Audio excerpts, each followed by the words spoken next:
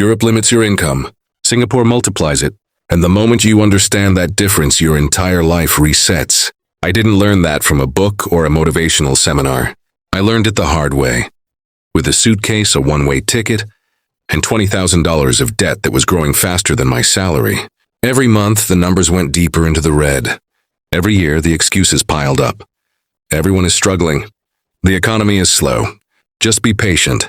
But patience wasn't paying my bills. So I left Europe, not because I wanted a new adventure, but because I was running out of options. And then Singapore did something unbelievable. It wiped out that debt in 18 months. Not because I suddenly became smarter. Not because I worked myself to death. But because the system here pays you for your skills, not just your time. And if you watch until the end, I'll show you the exact mindset, shift and salary strategy that turned a $20,000 debt hole into a high-income life, and how anyone coming from Europe can do the same. This is the story nobody in Europe talks about, and the reason more people are quietly escaping to Southeast Asia. How Europe pushed me into debt. I didn't plan to fall into debt. I didn't live a wild lifestyle. I didn't buy designer clothes or expensive gadgets or anything dramatic. My debt came from something far more ordinary. Living in Europe. It started with the basics. A tiny apartment where I could stretch my arms and touch both walls. Transport another 80 to 120 every month just to get to work. Taxes eating up a third of my salary before I even saw it. And that's the part people outside Europe don't understand.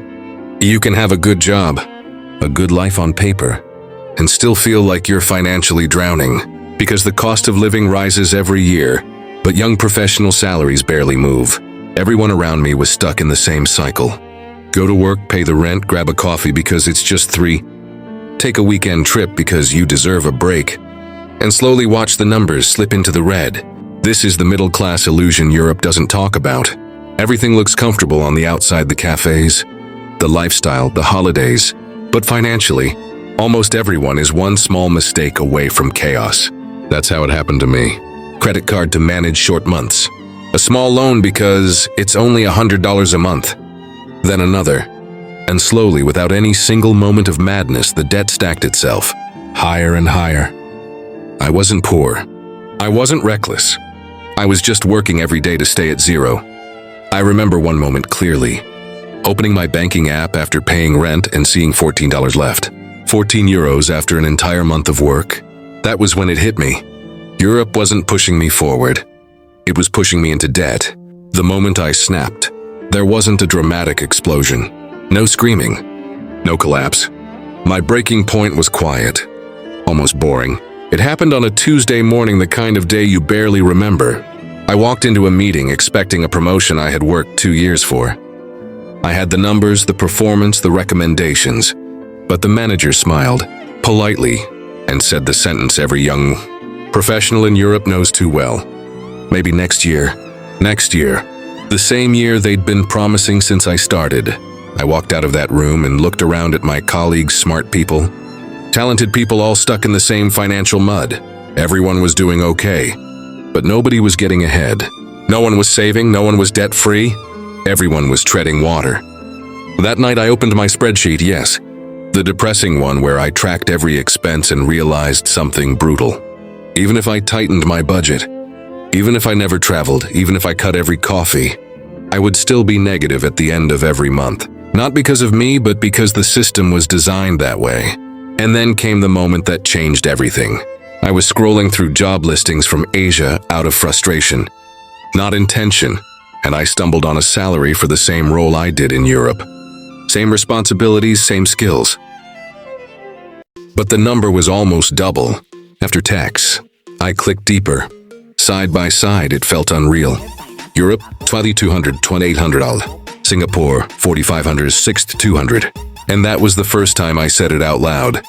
If I don't leave, I will stay in debt for years. That sentence hit me like a punch to the chest. This wasn't a personal failure. This wasn't about discipline. This wasn't about budgeting harder. It was a global economic gap, a system difference. And in that moment, my life stopped being about surviving Europe and started becoming about escaping it. Why I chose Singapore. People think I moved to Singapore just because the salaries are higher. But that's not the real story. The real story is why Singapore pays more, and why my income potential doubled the moment my plane landed. Europe pays based on age, tenure, titles, and waiting your turn. Singapore pays based on skill, output, and value. It's not perfect, but it's meritocratic in a way Europe rarely is. Singapore has high demand for skilled labor. Tech, finance, engineering, cybersecurity, healthcare all pay global market rates, not European expectation rates. And then there's unemployment. In Europe, it lurks like a shadow. In Singapore, unemployment is so low that companies actively chase talent. Taxes? Europe takes a huge bite before your salary even touches your account. Singapore? Low tax, high take-home pay. Suddenly the same skills, the same hours, the same effort produce double the income. But the moment that truly shook me happened before I even arrived. A recruiter looked at my CV and said, "Your European salary is entry-level here." I actually laughed. I thought she was joking. But she wasn't. And that sentence changed the entire trajectory of my life. It wasn't that I became more talented overnight. It's that Singapore operates in a different economic ecosystem, one that rewards efficiency, speed, and results. One where companies don't pay you for existing. They pay you for delivering. That's why foreigners move to Singapore.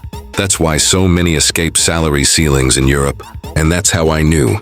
If I wanted to break out of debt, Singapore was the only direction where the maths finally made sense. Landing in Singapore. Shock 101. My first week in Singapore felt like stepping into a parallel universe. Not because of the skyline or the humidity, or the speed of the city, but because of the financial shock. My first paycheck arrived, and for the first time in years, I didn't feel fear opening my banking app. I stared at the number for a long time. It was almost double my Europe after-tax salary. Same job, same me, completely different outcome. And the second shock? Things weren't as expensive as Europeans love to claim. Public transport, clean, fast, reliable, and cheaper than what I paid back home. Groceries. If you avoid the imported European brands, you can live well without burning half your salary. No random fees, no surprise bills, no 200 administrative charges that show up out of nowhere. But what impressed me most wasn't the money, it was the discipline. Singaporeans treat money with a seriousness I'd never seen before. They save aggressively. They invest early. They plan their future like it's a project, not a dream. In Europe, money feels emotional. In Singapore, money feels intentional. And as I stood there with my first paycheck, I realized I was no longer trying to stay at zero. For the first time in my adult life, I could actually move forward. How I paid off $20,000 in 18 months. This is the part of the story people never believe at first, the part where everything stops feeling impossible and starts feeling mathematical. Not magical, not lucky. Just the result of finally living inside a system designed for acceleration. And it started with one thing, do the income jump. In Europe, I was earning $200 a month. And every month felt like watching sand slip through my fingers. Rent, utilities, transport, food. Swallowed that money before life even began. But Singapore flipped the equation. My first job offer came in at the equivalent of $4,500 to $6,000 after tax, nearly double the value, without doubling the stress. Suddenly, the ceiling I'd spent years pushing against disappeared. This wasn't a promotion. It wasn't a miracle. It was a change of environment. Due lower tax to higher retention. In Europe, I watched 22%, sometimes 28%, disappear before it even hit my bank account. In Singapore, you keep most of what you earn.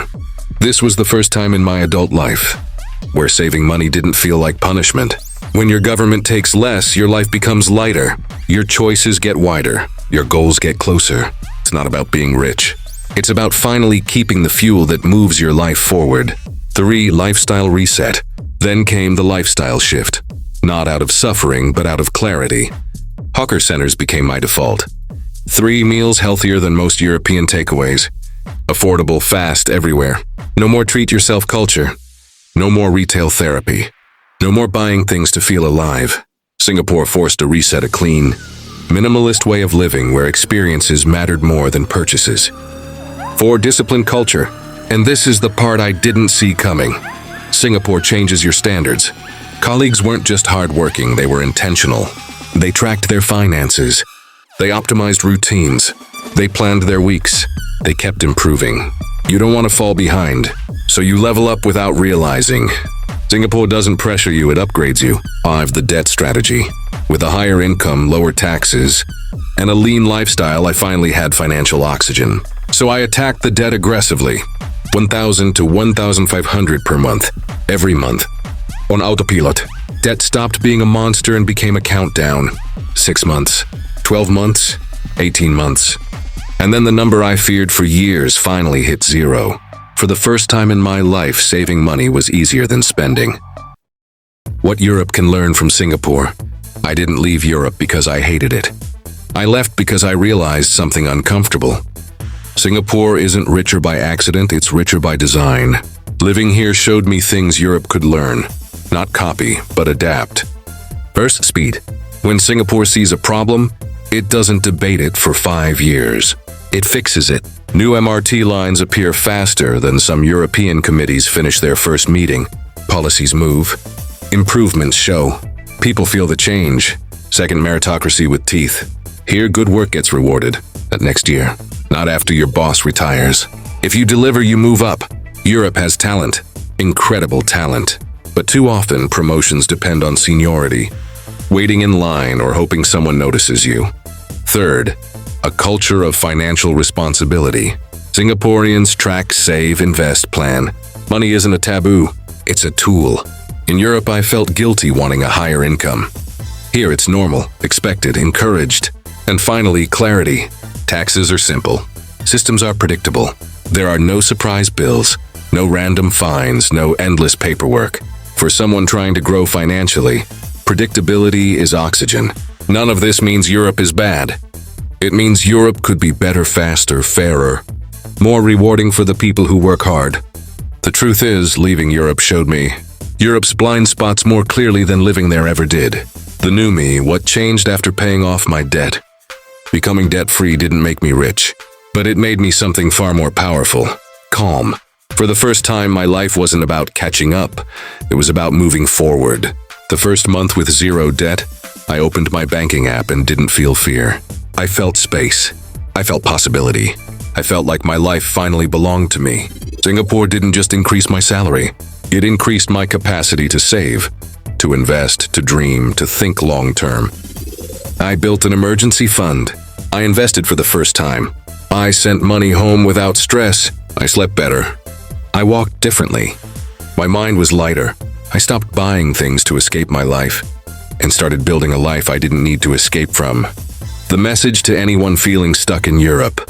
If you're watching this and you feel trapped by debt, by low pay, by a system that doesn't reward you, here's the truth no one told me. It's not always you. Sometimes it's the environment. You don't have to stay where you're shrinking. You don't have to accept a ceiling just because everyone else does. There are places in the world, Singapore, Dubai, Australia, Canada, where your skills are worth more, where your work can lift you instead of drain you. You don't have to move forever. You just have to move long enough to rebuild your life. Leaving Europe didn't magically fix everything, but it gave me a chance. And sometimes a chance is all you need. Europe gave me debt and ceilings. Singapore gave me a system that rewards effort. Pay off debt. Reclaim control.